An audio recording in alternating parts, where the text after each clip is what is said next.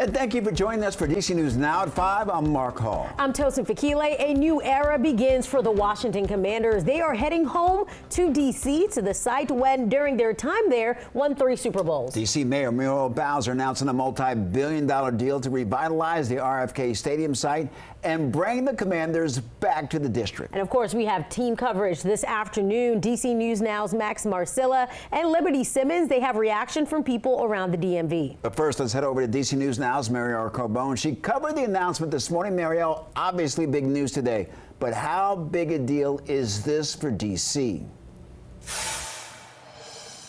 Mark, this is a huge deal. The mayor calling this a homecoming for the district's football team, which hasn't played here in about 30 years. Now, if this deal goes through as planned, it'll be the largest private investment for a DC project in the city's history.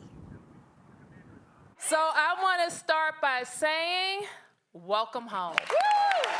In a room full of cheering supporters, Mayor Muriel Bowser, team owner Josh Harris, and NFL Commissioner Roger Goodell announcing a deal to build a brand new NFL stadium at the old RFK Stadium site in Ward 7. This land has been blighted and underutilized for too long. The covered stadium will include 65,000 seats and 8,000 parking spaces. Of the nearly 180-acre site, it'll only take up about 15% of the space. Other development includes 5,000 to 6,000 homes, 30% of which will be affordable units, a sportsplex, a festival plaza, and more.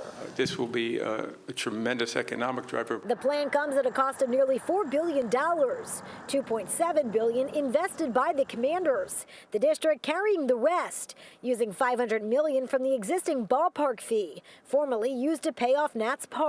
In an investment that is going to create like billions of tax revenue, thousands of jobs. Despite criticism, the mayor calling this a win for DC's future. If you need to add revenue, as we do, you can't leave 180 acres vacant.